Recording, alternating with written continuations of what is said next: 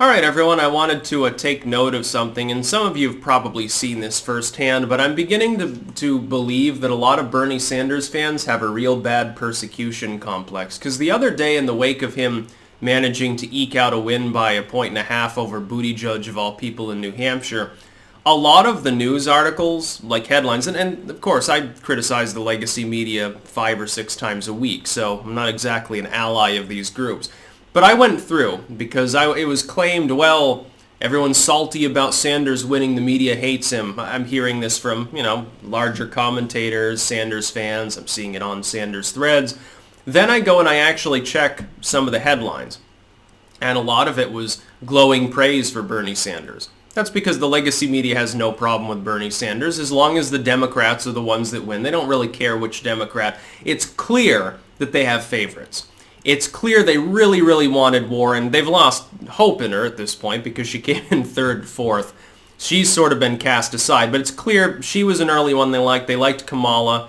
They really like wedge issues because what the media wants is division, and wedge issues really help to create that, and that makes for better news because it makes it easier for them. This is why Scott Adams has predicted that before the end, the media might come around to liking Trump a little bit and sort of helping him get reelected just because the clickbaity stuff becomes easier. I'm not sure at this point it matters if Trump is in office, however, because most of the Dems are so zany, you'd get your clickbait tabloid spew anyway. Certainly, Fox News shares maybe go up the day after if that happens. By the way, again, I have a 90% chance of Trump winning re-election. I think he's likely to win re-election. I think the Dem nominee is likely to suck, mainly because at this point it's looking like it'll be one of two people. The untested, not very well-received dude who's not even 40 years old, he's barely older than I am, doesn't have any experience, and he doesn't have like Obama's finesse in the inexperienced category, or it's likely to be an 80-year-old dude with heart problems who's a socialist. Those are the two people most likely at the moment to win.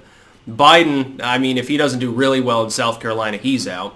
Warren, if she doesn't do well in Nevada, she's out. So Warren is happy to have gotten third in Iowa. Biden is happy to still be in the race at this point. Klobuchar is looking better to some of these people day by day. It'd be funny if the wedge issue my vagina voters were to switch in the middle of the campaign, abandon Warren for Klobuchar, which they should have done anyway. Klobuchar at least, she can debate better. Not well, but better than Elizabeth Warren. It's not saying much, but it's an improvement. What I would say is this, though. Bernie Sanders fans, any criticism of Bernie Sanders is chalked up to Michael Bloomberg's billions, establishment propaganda, or people, being like extreme far-rightists. And that's simply not the case. I'm saying Time was praising him and saying, well, he's definitely, inarguably the front-runner now. Shit. Some of these groups, Time, Vice, these others, were going out of their way to declare Sanders the front-runner. He's not ahead in the delegate count.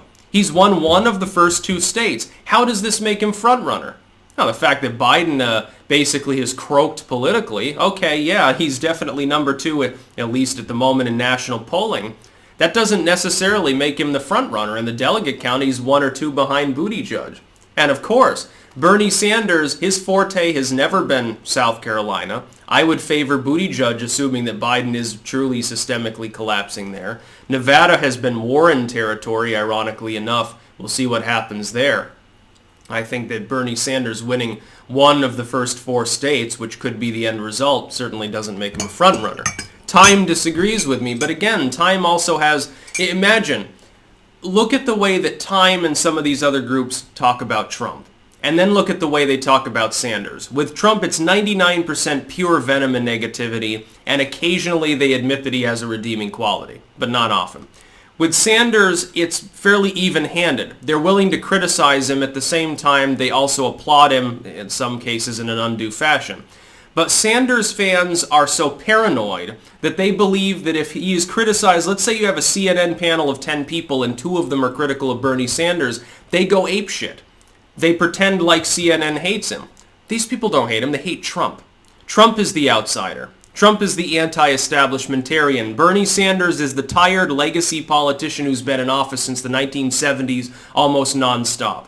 He is part of the establishment. And if he had big solutions, if he was so great at changing things for the working class, for the little guy, why the fuck hasn't it happened since the 1970s? Why is it that it's around that time inequality keeps getting worse? It's because of leftism. Leftism caused the problem. Sanders wants to feed you more of the same poison that you're already ingesting. That's the real problem. Sanders isn't an outsider, he's a fake outsider. The fact that he hasn't gotten rich, probably because he doesn't budget his own personal expenses any better than he would the nation's expenses, that doesn't make him an outsider. But professing an economic ideology fomented in the middle of the 1800s doesn't make him an outsider. He's not a revolutionary. He's an old dude with heart problems who's been in office. He's been in D.C. continuously since the 1990s, since the early 90s or late 80s or something, and he's been in politics since the middle of the 70s. He's a college Marxist who vacationed in the USSR and said and did edgy shit, and to his credit, at the very least, hasn't apparently had a personal scandal of any real size. That's basically his qualifications. Bernie Sanders fans, however, believe it's been drilled into their heads that Bernie Sanders is an outsider, that he's some sort of revolutionary fighting for the little people. No, he's not. And he never has been. And for those of us from Vermont, of course, we know that acutely well. There are plenty of Vermonters who fundamentally don't like Sanders, but Vermonters are stubborn and love to vote for the incumbent. And they assume that he'll win anyway, so if they back anyone else, they probably half the time don't bother to vote. That's why Bernie Sanders was in politics so long. Because of the huge incumbent advantage that's intrinsic within northern New England culture. If you're not from Vermont, New Hampshire, or Maine, you fucking don't understand it. You don't understand we do things a little bit differently. There's a different civic tradition there, rooted much more in English lore than you'd like to expect. And that's really what it's about. So yeah, Bernie Sanders gets reelected over and over again, not because he has any particular qualifications or does anything important, but because the incumbent advantage. It's just there. And he's not being mistreated by the legacy media. The legacy media mistreats independent content creators and actual mavericks. Bernie Sanders isn't a maverick. There are plenty of other people stressing the same things. Why do you think AOC is his proxy right now? He's just fighting for the same things as a bunch of the rich, gated community liberals do. Only he's been more of a lifelong Marxist in doing so, but that doesn't make him an outsider. He's worked with the Democrats for many years. The fact that he's not technically a Democrat, or wasn't until this year basically, escapes notice as well. Okay, yeah, he's been an independent. Wonderful. That's to his credit. That's because he's too far left for the Democrats until now. He managed to drag the Overton window of the Democratic far left in a direction enough to be underneath their umbrella. That still makes him the fringe. An extreme fringe. By the way, if he's nominee, Trump will be reelected.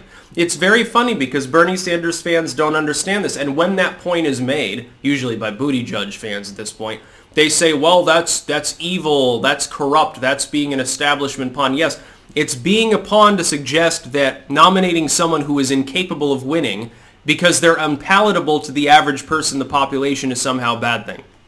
That's how politics, a la representative democracy, are meant to work. The people are meant to elect who they think will represent them. If the vast bulk of the people reject Bernie Sanders, that's not a blight on the population. In fact, it just shows that they have a rudimentary understanding of economics and math.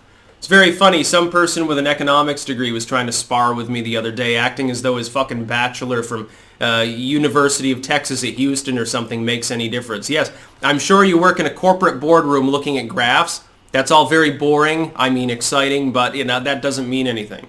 And if you're supporting Bernie Sanders, you should be ashamed of yourself for having studied economics. Did you pass with a Mercy D? I'm betting that's probably the case.